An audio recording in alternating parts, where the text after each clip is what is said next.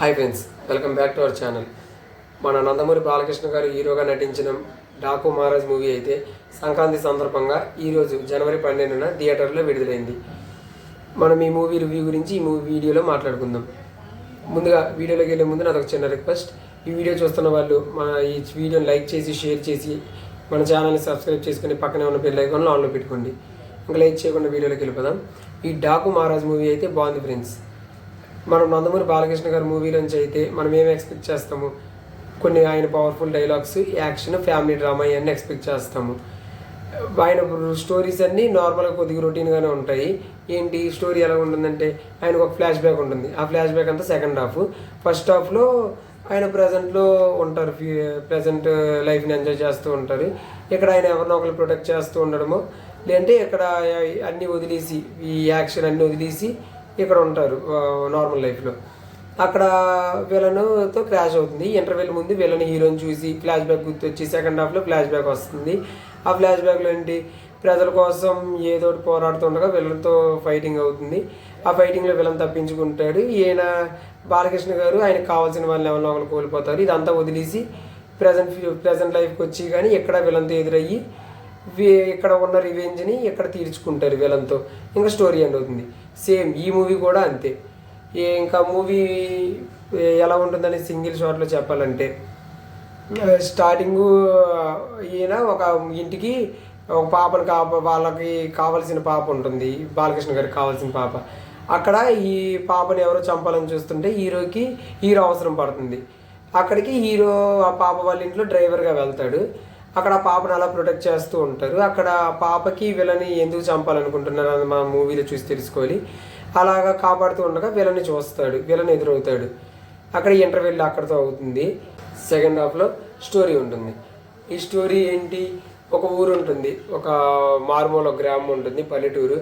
అక్కడ నీరు కోసము పోరాడుతూ ఉంటారు. నీరు మనకి అక్కడ చుక్క నీరు దొరకాలన్నా సరే వాళ్ళు విలన్స్ ఉంటారు కదా, రౌడీలు, వాళ్ళ దగ్గర వారమంతా కష్టపడి ఆ మైనింగ్ అంతా జరుగుతుంది. అక్కడ పని చేస్తే వీళ్ళకి రూపాయి నాణ్యాలు ఇస్తూ ఉంటారు. ఆ నాణ్యాలు ఇచ్చి నీళ్ళు కొనుక్కోవాలి. ఈ బాలకృష్ణ గారు ఏంటంటే ఇంజనీర్.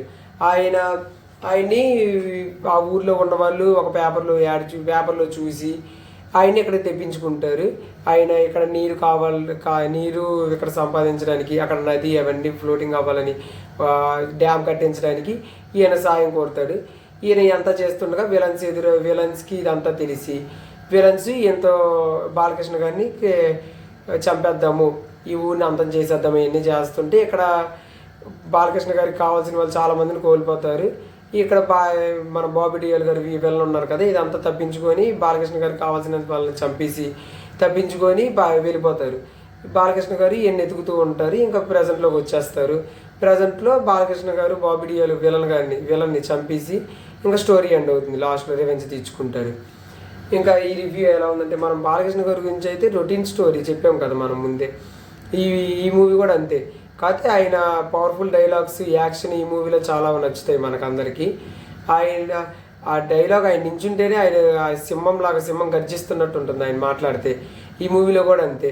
ఆయన పవర్ఫుల్ డైలాగ్స్, ఆయన యాక్షన్, బాబీ దర్శకుడు బాబీ అయితే బాలకృష్ణ గారిని ఎలా వాడుకోవాలో అలా వాడుకున్నారు. ఆయన ఇమేజ్ని, ఆయన పవర్ఫుల్ ఫేస్ కట్ని ఎలా చూపించాలో అలా చూపించారు. విలన్ గారి యాక్టింగ్ కూడా అయితే సూపర్ ఉంటుంది. ఇంకా పాప ఉంటుంది. మనం బాలకృష్ణ గారు కాపాడతారని చెప్పాం కదా, ఆ పాప యాక్టింగ్ కూడా అసలు చిన్న పాప అయినా సరే చాలా బాగా నటించింది. తమన్ గారు అయితే చాలా అసలు ప్రాణం పెట్టి మ్యూజిక్ కొట్టారని చెప్పాలి. ఒక్కొక్క మన బాలకృష్ణ గారు అలా ఎదురవుతుంటే ఆ బ్యాక్గ్రౌండ్ స్కోర్ చూస్తే తమన్ గారు ప్రాణం పోసారని అనిపిస్తుంది మనకి. ఒక్కొక్క ఎలివేషన్కి మనకైతే గూస్ బంప్స్ వస్తుంటాయి అంతే. ఇంకా మనం కొంతమంది ఇప్పుడు అంటారు గేమ్ చేంజర్లో తమన్ గారు సరిగ్గా కొట్టలేదు, డాకు మహారాజ్కి బాగా కొట్టారు, మెగా ఫ్యాన్స్ ఫీల్ అవుతుంటారు అని అంటారు.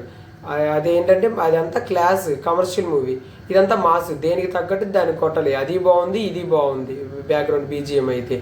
ఇంకా ఈ మూవీ ఏంటంటే బాగుంది కానీ రొటీన్ స్టోరీ, మనము ప్రెడిక్ట్ చేసేస్తూ ఉంటాం అంతే.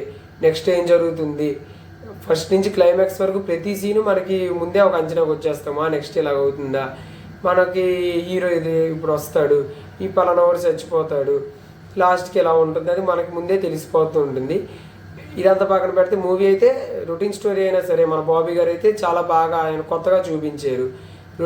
ఈ స్టోరీని ఇంకా ఎలా చూపించవచ్చు అని మన బాలకృష్ణ గారిని చూస్తే తమన్ గారికి అయినా ఉన్న డైరెక్టర్కి అయినా ఆటోమేటిక్గా వైబ్ అనేది క్రియేట్ అవుతుంది.